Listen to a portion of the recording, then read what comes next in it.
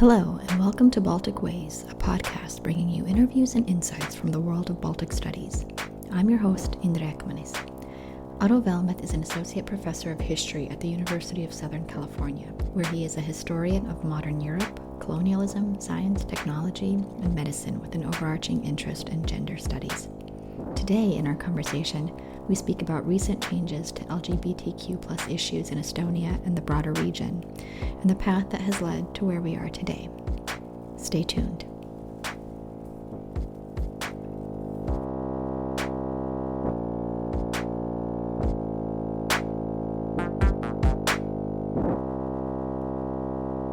Dr. Aro Velmet, thank you so much for joining us on Baltic Ways. Your research interests are pretty varied, right? They stretch across the globe to look at how microbiology became a tool of French colonial governance, all the way to the history of digital statecraft in the Soviet Union and post-Soviet Estonia and in the global South. But today our conversation is going to focus a little bit on your work on gender and the current state of LGBTQ rights in the Baltic states. But before we get there, can you tell us a little bit about yourself and your academic interests? Yeah, well, thank you, Indra. Thank you for inviting me to the show. I am, as you said, primarily a historian of science and technology, and I'm interested basically in the ways that various kinds of experts make claims on politics and power, how they reformulate questions that we think of as essentially questions of politics, who gets to cross borders, who gets to have various kinds of rights as questions of technological expertise. So this may mean, formulating public health policy, Mhm. right? If a pandemic breaks out, then who needs to be vaccinated? What kinds of populations need to be surveilled, monitored, regulated? This is what the sort of first decade of my academic career was dedicated to in the context of the French Empire. Or it may mean questions around, gender and reproduction. It may mean questions around how democracy is conducted, which is sort of what I'm researching right now. But I guess at the heart of it really is this question, and really this kind of utopian vision of using technological expertise to solve these political quagmires, these debates that Western societies have been wrestling with for well over a century, and that lots of different scientists have had the idea that maybe the way to break these problems open is through the application of this or that novel technology. So that's kind of what I'm broadly interested in academically. Yeah. Yeah, yeah. Well, thank you for sharing that. That is really interesting. I'm sure that there are many, many different ways you can take that too. A lot of questions that have a lot of resonance in today's world. Yeah. Well, we're also returning to the subject at hand today. In the past year or so, we've had some significant sort of legislative steps happen in the Baltic states around LGBTQ+ rights, particularly in Estonia and Latvia. Estonia adopted a marriage equality bill. In Latvia, civil unions are legal as of July 1 this year. Efforts in Lithuania to recognize same-sex partnerships, however, were also kind of in the legislative mix, but it ended up stalling. And I wonder if you can give us some insights into where the Baltic states currently stand with regard to LGBTQ rights and more of maybe some of the historical context of those rights in the region. Sure, yeah. So I should preface this by saying that I really am not an expert on the histories of Latvia and Lithuania, even though the three Baltic states get sort of lumped into one category very often. They are quite different, That's fair. and particularly in this question of LGBTQ rights. Yes.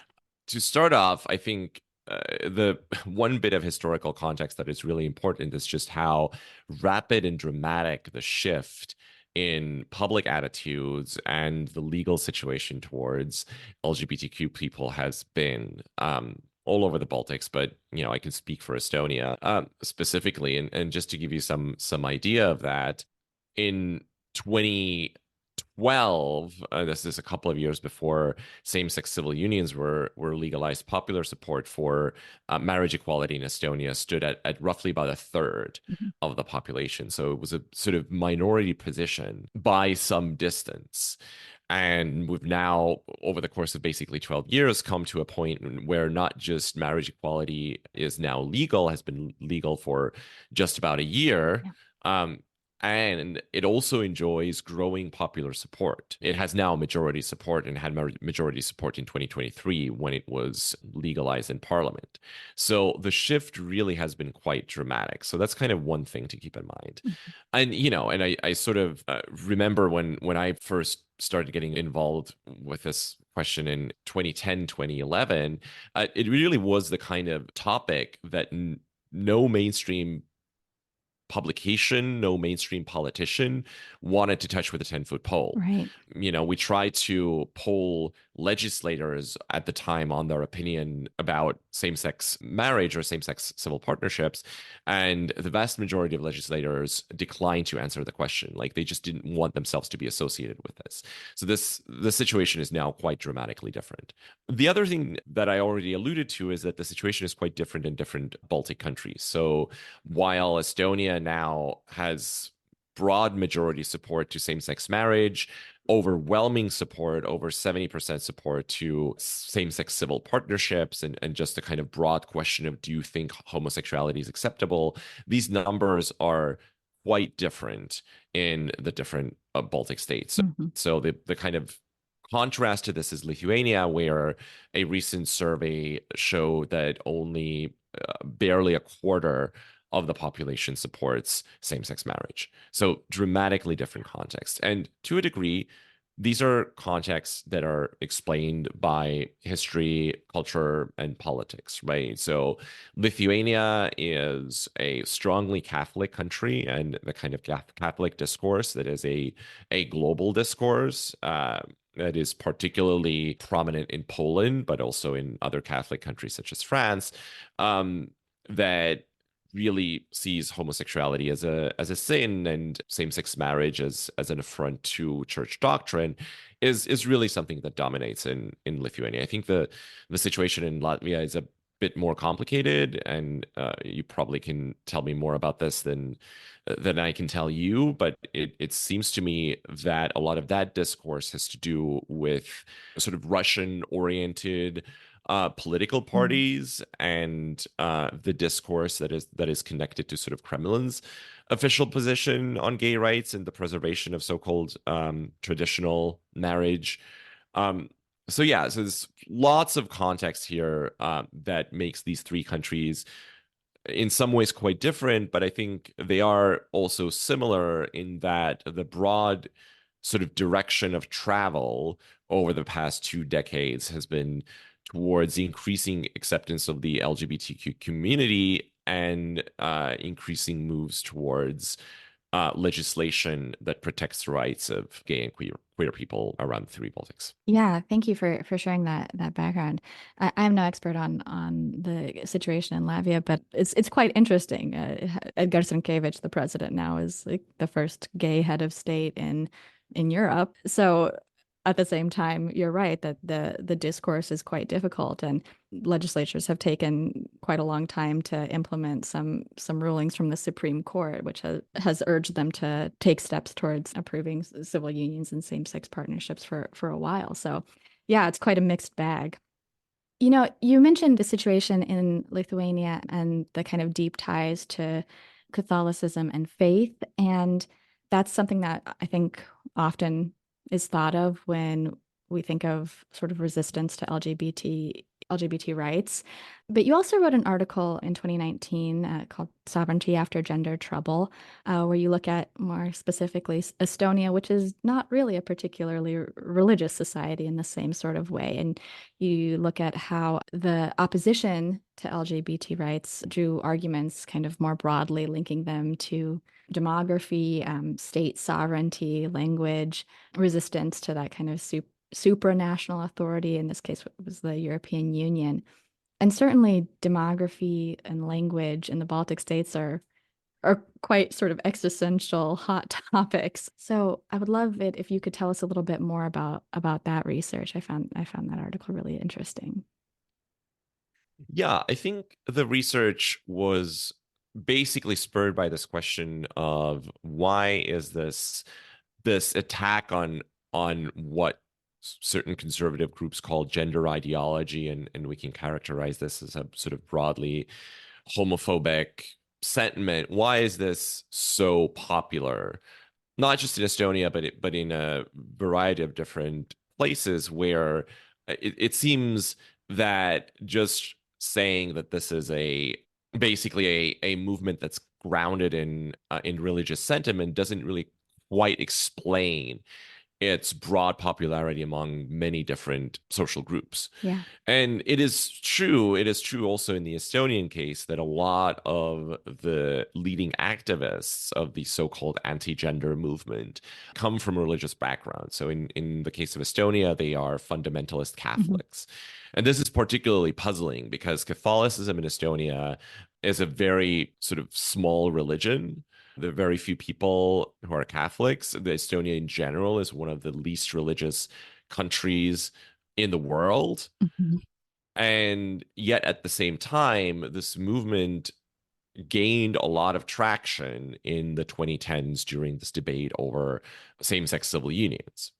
Now, basically what I found in my research when I looked at the kinds of arguments that these anti-gender activists and conservative politicians were making was that their arguments weren't really about religion. They weren't really about something like natural law that is something that's often invoked in Catholic discussions, but they were really about a question of sovereignty. And the way this argument was made was roughly like this, is that the Estonia, the sign, the symbol of health for the Estonian state is its population growth, right? Like when the population is growing, then the state is healthy. When the population is declining, then this means that Estonian sovereignty is under attack. And we see this in the Soviet period where mass migration of Russophone citizens sort of threatened the sort of Estonian demographic situation in the 1980s. This is how this argument is made. Yeah. And we're seeing this in the 2000s, where Estonian population, the kind of natural birth rate is declining.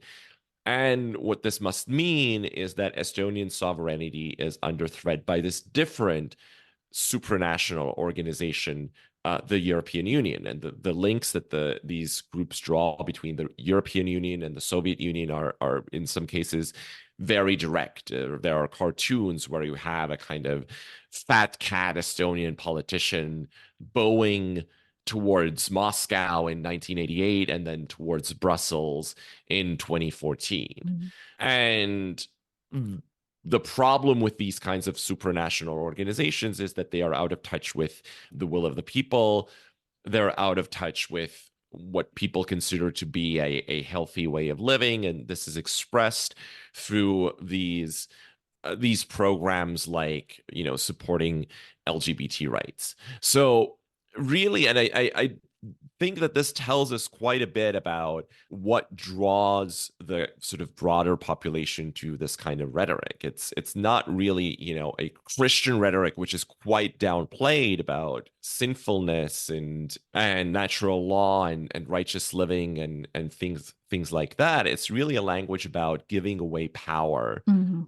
to supranational entities. And in this telling, the support of the political class of Estonian liberals and social democrats towards LGBT rights then becomes a kind of proxy for saying, look, these are people whose interests lie with Brussels and not with the people in Tallinn or in Paide or in Kohtla-Järve or in these small towns that are being forgotten. And I think actually that move where gay rights become a stand-in for a kind of liberal alienation Mhm. and a kind of representation of a loss of sovereignty to supranational institutions is actually quite revealing, because I think that is broadly the same kind of argumentation that is being put forth in Poland Mhm. by the Law and Justice Party, by Viktor Orban's Fidesz, with, a sort of heavy dollop of anti-Semitism thrown in for good measure, and by the Rassemblement National in France as well. And by kind of peeling away the religious layers of this rhetoric, we really kind of get to what is at the heart of the matter. Mhm. Mhm. Yeah, I think you could maybe with the supranational part is also perhaps not as intensive in the United States, but the idea of the kind of alienation, especially of the rural population or the areas that are underserved, and homosexuality as a kind of stand-in there for politicians is, I think it's instructive also there. As you noted, this article focuses kind of on the backlash to the European Union's kind of more progressive stance. You mentioned Poland, Hungary. These are also the close neighbors of the Baltic states in some ways. But on the other side, you have Finland, Sweden, and Northern Europe, decidedly more progressive in their stances. So I wonder if you could perhaps tell us a little bit about how the international community, be it organizations or be it close neighbors or even further neighbors, have influenced the trajectory for the Baltic states on these questions. Yeah, of course. It's interesting that you bring up the Nordics, because I think this is really something that has made a very substantial difference in Estonia's trajectory compared to Latvia and Lithuania, is the very close economic and cultural ties to Sweden and Finland, and Norway as well, and therefore being able to benefit from many of the resources of these countries and in ways that are quite material. So, Norway's Gender Equality Fund, for instance, has financed a lot of Estonian NGOs. Mm. Had for a long time financed the Office of Gender Equality at the Ministry of Social Affairs. Lots of activists who've been working at this in Estonia for a long time have either, family in Finland or Sweden, or hail from there, or sort of Estonian Swedes or something like that. And generally, the sort of links and networks with Nordic organizations have been very tight. And so there's always been a lot of people who are willing to do advocacy work in Estonia when, in moments where local politicians have not been willing to speak up for gay rights. It has been quite easy to get someone like, for instance, Alexander Stubb, the current Finnish president, to give an interview on the issue, way back in 2011. Mhm. So I think that has made quite a big difference.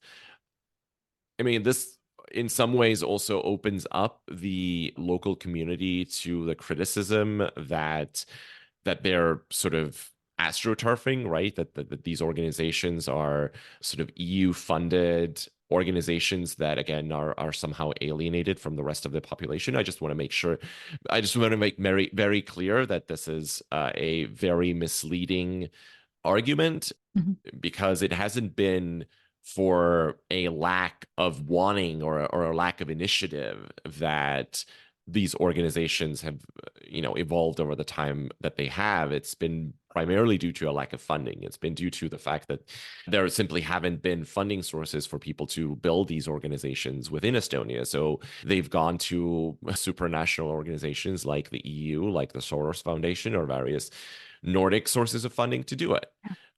Well, maybe we can continue on because I think we're already on this path, that you can tell us a little bit more about local activism, local organizations, and how that's impacting both kind of on the political side, legislation, but also on the social side. That's quite a dramatic statistic that you cited for Estonia, right? In just a handful of years, moving general acceptance of same-sex marriage. Yeah, so the support for same-sex marriage right now is just over half of the population, and you can break this down demographically and see some interesting things in there. Sort of the below 25-year-olds overwhelmingly supported Russian language speakers tend to be more skeptical, but there the growth has been perhaps the fastest over the past couple of years. So yeah, the changes have been quite dramatic. And I think thinking about the organization and the kind of activist scene in Estonia, I think some things appear quite different if you look at it, particularly from an Anglophone or an American perspective, which is that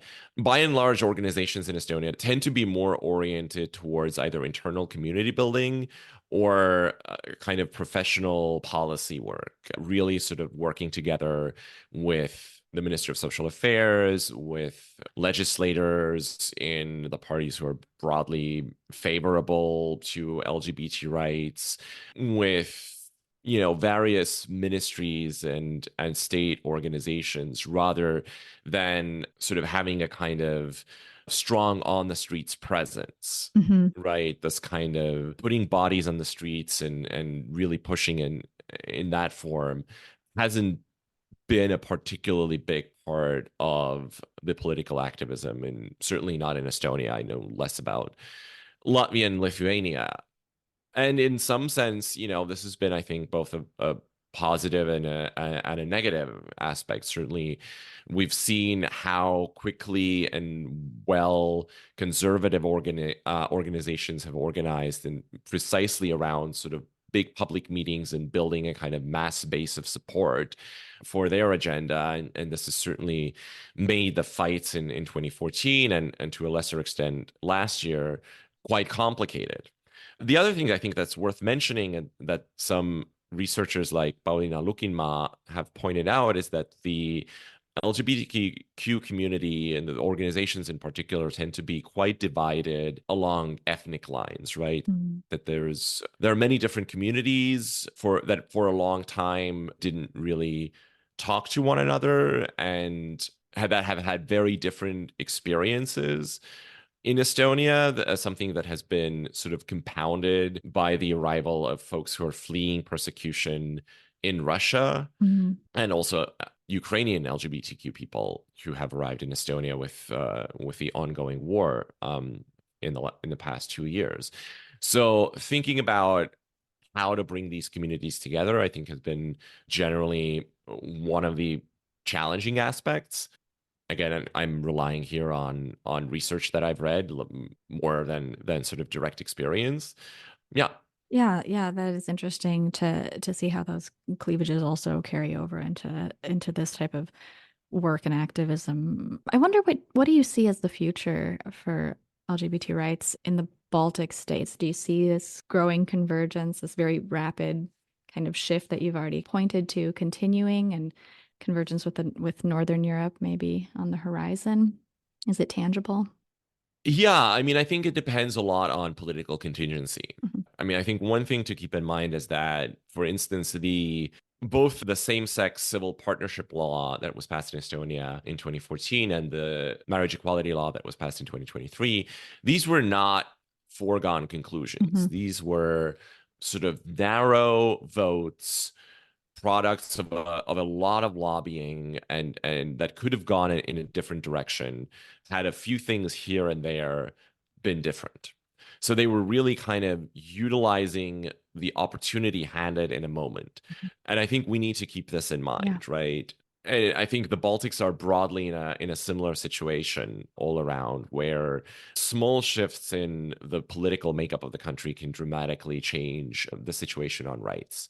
I think one of the challenges that all three countries will face, and certainly Estonia is seeing this unfold right now, is that generally the parties that have most steadfastly supported queer rights have been liberal parties in the sense of being sort of broadly on the right, economically speaking. So the Reform Party in Estonia, that's the current prime minister's party, and at a certain point one can only go so far in that direction, right? And already after the last elections, we saw quite a bit of debate over whether the winning of marriage equality was really, well, let me think of how to sort of put this in the best way, that there's a trade-off if you sacrifice, for instance, progressive healthcare policy or progressive taxation policy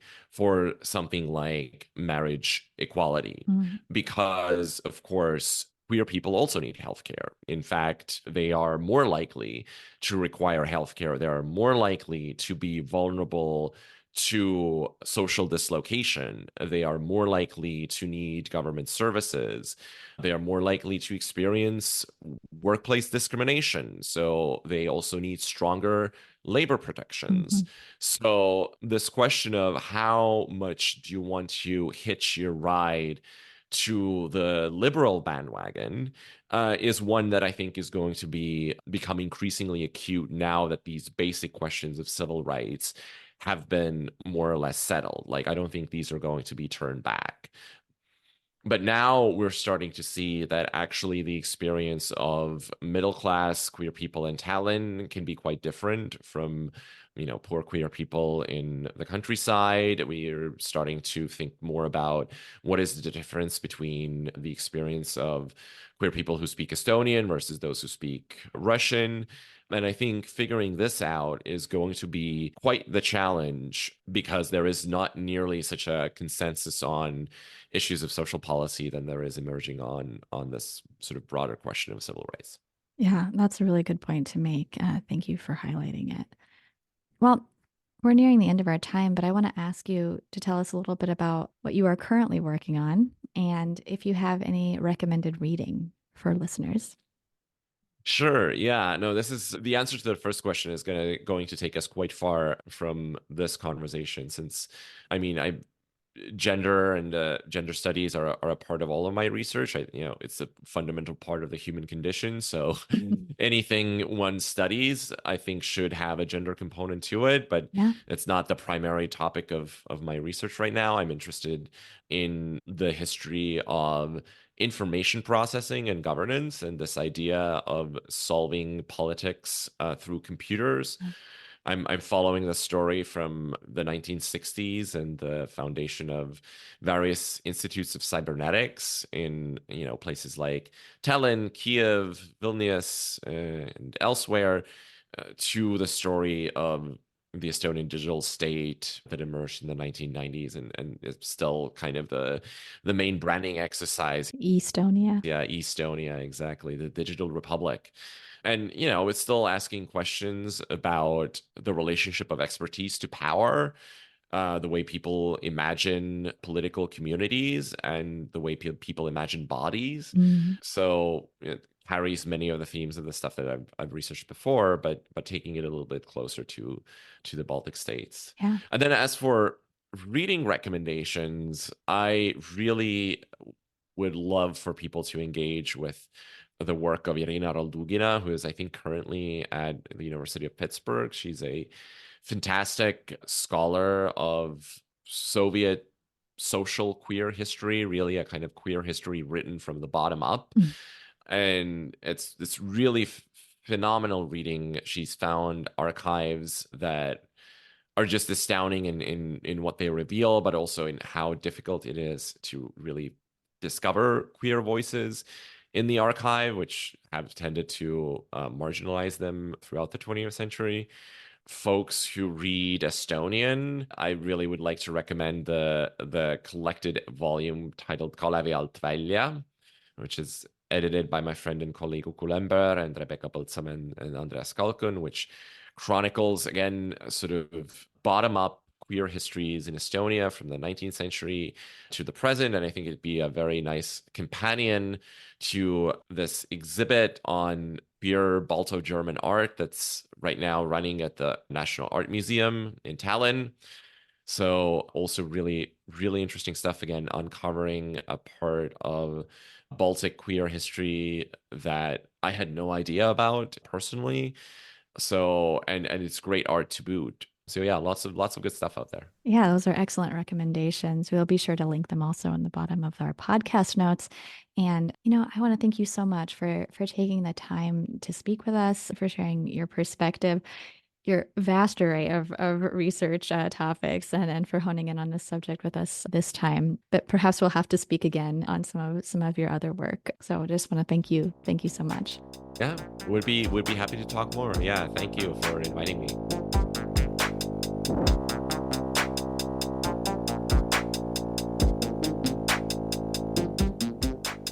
Thank you for tuning in to Baltic Ways, a podcast from the Association for the Advancement of Baltic Studies, produced in partnership with the Baltic Initiative at the Foreign Policy Research Institute. And note that the views and opinions expressed in this podcast are those of the authors and do not necessarily reflect the official policy or position of AABS or FPRI. I'm your host, Indra Ekmanis. Subscribe to our newsletters at aabs-balticstudies.org and fpri.org/Baltic-initiative for more from the world of Baltic studies. Thanks for listening, and see you next time.